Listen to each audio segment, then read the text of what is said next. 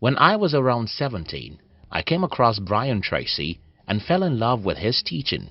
I would go to the internet cafe at night because I couldn't afford the normal fee in the day.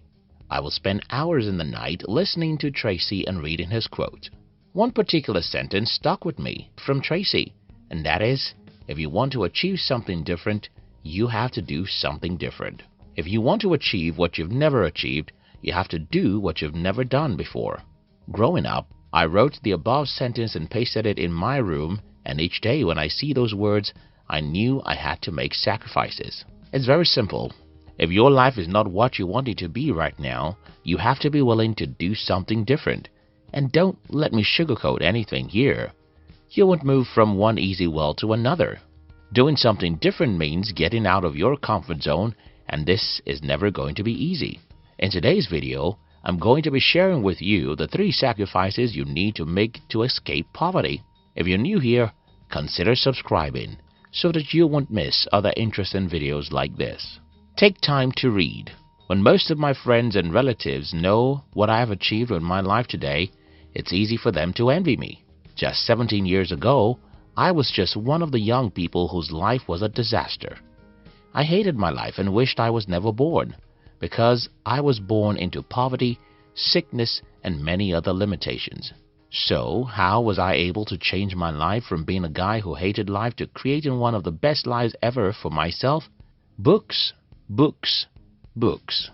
My life changed the day I started reading books, and I'll explain how it happened. First, when I started reading books, I started reading the stories of ordinary people who achieved extraordinary things. These stories encouraged me and gave me hope that I could as well overcome every obstacle in my way and achieve greatness with my life. I think this is very simple. If you know that some people have some disadvantages you think you have, yet went on to achieve greatness, you suddenly start to believe in yourself. When you start to believe in yourself, you start to think big, and when you increase the size of your dreams, you automatically increase what is possible with your life. In my case, I started believing that I could become rich, even though I grew up in a poor village. I started believing that I could become a millionaire, and this belief led me to something very important. I started looking for how to achieve what I believe I could achieve by reading books written by the people who have made a lot of money before. I started learning the mindsets and actions of these people, and the more I modeled these people, the better my financial life. Yes, it took me 8 long years before my financial life had a drastic change. Without reading books, I would have never made it. One other thing you can do in addition to reading books is watching videos that tell stories about successful people. We've dedicated a whole channel for this purpose, and we call it Fame TV. You can join the Fame TV in the description box. Yes, books are boring, but so is every meaningful thing. Fruits are boring and vegetables are boring, but if you want to be healthy, you'll eat more of them. Soda drinks are fun. Sugar is sweet and fast foods are nice, but if you like your health, you'll run away from them. The TV is fun and social media is interesting, but if you want to escape poverty, you'll spend more time with your books. Some time ago, I got to know that Bill Gates reads 1 book every week. I've also read about the fact that an average millionaire reads 1 book every week. If an average millionaire does something, it's probably a good thing to emulate. So I decided that I'm going to be reading 1 book every week. This isn't easy, and I'm not asking you to start reading a book per week. But you have to make sacrifices to read books if you want to escape poverty. Don't make excuses. I told you earlier that sugar is sweet, and you agree that hard drugs, fast foods, and most other harmful things are fun. Another very sweet thing is excuses, and that's why most people make it. Listen, you can come up with 100 reasons why you are where you are if you want, and you can as well come up with a single reason why you need to be elsewhere. The difference is in the way you use the powerful machine God gave you. That machine is your brain. If you program your brain to look for the reasons why you are poor, your reticular activating system will be busy looking for reasons, and you'll start seeing how the economy, the government, and your parents make you poor. Your brain will quickly show you how your lack of education, your health challenge, your childhood, or even the country you were born are the reasons why you're poor. If, however, you program your brain to look for why you must be rich, you'll start seeing that even in a bad economy, Some people are making hundreds of thousands of dollars in legitimate businesses. You'll start reading about people who went through similar difficulties like you and ended up successful. You'll start seeing that you have much power over your life than you think, and you'll start taking responsibilities. An excuse is the food of the fools, and our world is filled with many of them because an excuse is sweet. It's about pointing a finger. It's easy. Everyone can do it. But if you want to escape poverty, you'll not do it. Don't make an excuse. Identify what you have to do to change your life and do it, no matter how difficult.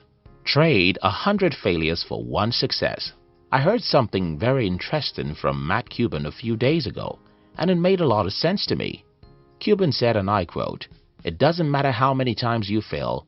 Remember, you only have to succeed once." This statement makes a lot of sense to me because when I looked back at my 8 years of failure, I could see the meaning of this statement. You see, my first 8 years in the business world were terrible. Everything I attempted failed, and everyone thought I was stupid. I was broke, rejected, and frustrated. But a day came when I had my first breakthrough. From there, I had my second breakthrough, and the third. Today, it seems as if everything I touch becomes successful. But that's the opposite of the kind of life I had only a few years ago. Here's the thing. It doesn't matter how many times you fail. Remember, you only have to succeed once, and that once will quench all the pains of the failed years. Why is it important you understand this? Well, most people see failure as a bad thing, and that's why they give up. If you're in search of success, you should understand that the road that leads to success is called failure, and failure is not final, because a single success can make you forget the pains of 10 years failure. Make sacrifices to try things. Make sacrifices to get out of your comfort zone. Make sacrifices to do things that are risky, and when you fail, be courageous to stand up and try again, because it doesn't matter how many times you fail, all you need is a single success. The most important point in this video is sacrifice. If you want to escape poverty, you have to be disciplined enough to do things that are not comfortable. It's not comfortable to read, but you have to do it. It's not comfortable to take actions that may lead to failure, but you have to do it. Failure is painful, yet you have to endure failures and try again. Remember how I started this video? You cannot get a new result by doing the old things, and every new thing is uncomfortable. So, you have to be willing to make sacrifices if you want to escape poverty. If you enjoyed this video, you'll enjoy the Fame TV, which is our new channel where we tell you the inspiring stories of the most successful people in the world, and even some villains. Look at the description box to join the Fame TV. We love you.